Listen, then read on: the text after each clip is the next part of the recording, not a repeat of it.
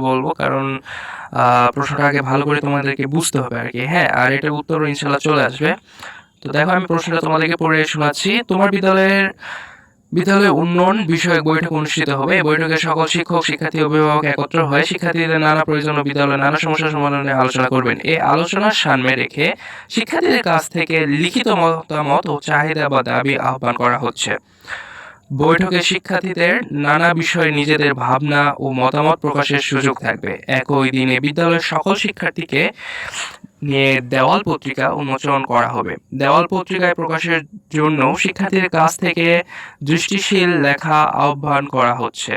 তো প্রথম একটা কাজ দিয়ে দেওয়া হয়েছে, এটা হচ্ছে মূলত জোড়াই কাজ। হ্যাঁ, তো এটা জোড়ায় আলোচনা করে এখানে এই উদ্দীপকটা পড়ে 3টা প্রশ্নের অ্যান্সার করতে হবে। উদ্দীপক হচ্ছে বৈঠকের সামনে রেখে এবং বৈঠকের দিনকে কেন্দ্র করে পাশের সহপাঠীর সাথে আলোচনা করে নিচের কার্যক্রমগুলো অনুসরণ করো, তারপর খাতায় লেখো। প্রথম প্রশ্নতে বলা হয়েছে তোমার বিদ্যালয়ে বিভিন্ন প্রয়োজন বা সমস্যা খুঁজে বের করতে হবে। 1 নাম্বার এটা করতে হবে। এসব প্রয়োজন বা সমস্যা নিয়ে কার কার সাথে যোগাযোগ করা যায় তার একটি তালিকা তৈরি করতে হবে। যোগাযোগের মাধ্যম উপকরণ কি হতে পারে সেগুলো নির্ধারণ করতে হবে। এগুলোর উত্তর তোমরা কিন্তু প্রথম অধ্যায়ে রয়েছে। কাজগুলো করতে গিয়ে কোন বিষয়ে তুমি খুঁজে পেয়েছো আর কোনগুলো আলোচনার মাধ্যমে উঠে এসেছে তা উল্লেখ করতে হবে। প্রয়োজনে আলাদা ছকও কিন্তু এখানে ব্যবহার করা যেতে পারে।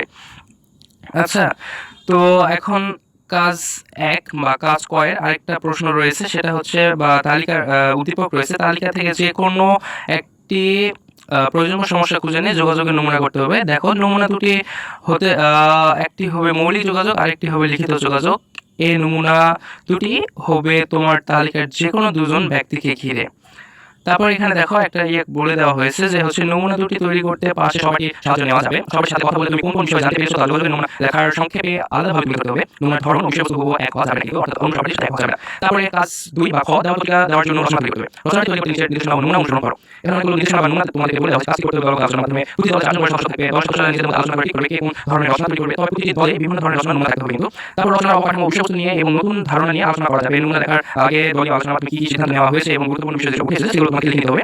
তারপর হচ্ছে রচনায় তারপর হচ্ছে এই দেখো এখানে বলা হয়েছে রচনায় নিজের সৃজনশীলতা পর্যবেক্ষণ দক্ষতা প্রতিফলন করতে হবে। তারপরে লাস্টে যেটা বলেছে রচনায় শিরোনাম দিতে হবে। এগুলো মূলত তোমাদের নমুনা বা নির্দেশনা দেওয়া হয়েছে। নিচে কয়েক ধরনের লেখা নমুনা আছে। বিভিন্ন লেখা হতে পারে, লেখা বিদ্যালয় শ্রেণী কক্ষ, পাঠাগার, স্কুল মাঠ নিয়ে বিশেষগুলো যদি রচনা হয় তাহলে বিদ্যালয় সামগ্রিক সুযোগ সুবিধা তথ্যগুলো যদি লেখো তাহলে বিদ্যালয় গুরুত্বপূর্ণ তথ্য নিয়ে আপনি কিভাবে বিদ্যালয়কে ঘিরে কোনো গল্প নিয়ে লিখতে পারো। তারপর এখানে দেখো আমার প্রশ্ন বলা হচ্ছে উপরে যেমন একটা ধরনের তোমার বিদ্যালয়ের পরিপ্রেক্ষিতে 200 শব্দের মধ্যে একটি রচনা লিখতে হবে। উপরে নমুনা বিষয়গুলো ছাড়াও নিচে বিদ্যালয়ে যে কোনো বিষয়বস্তু রচনা লিখতে হবে। যেগুলো দিয়েছে এগুলো তুমি নিজে লিখতে পারো। রচনাটি লেখার পর এটি কোন বিবরণমূলক না তথ্যমূলক না কাল্পনিক আছে যে যুক্তি বা লজিক আছে সেটা তোমাকে কিন্তু তুলে ধরতে হবে।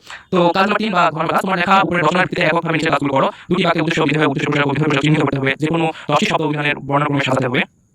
তো আশা করি বুঝতে পেরেছো তোমরা। এটাই কিন্তু তোমাদের কালকে আসবে ইনশাআল্লাহ, আশা করা যায়। এবং এটা উত্তর নিয়ে কাজ করা হচ্ছে, ইনশাআল্লাহ উত্তর চলে আসবে খুব তাড়াতাড়ি। তো ভালো লাগলে চ্যানেলটিকে সাবস্ক্রাইব করে রেখে দাও সব প্রশ্ন পাওয়ার জন্য। ধন্যবাদ।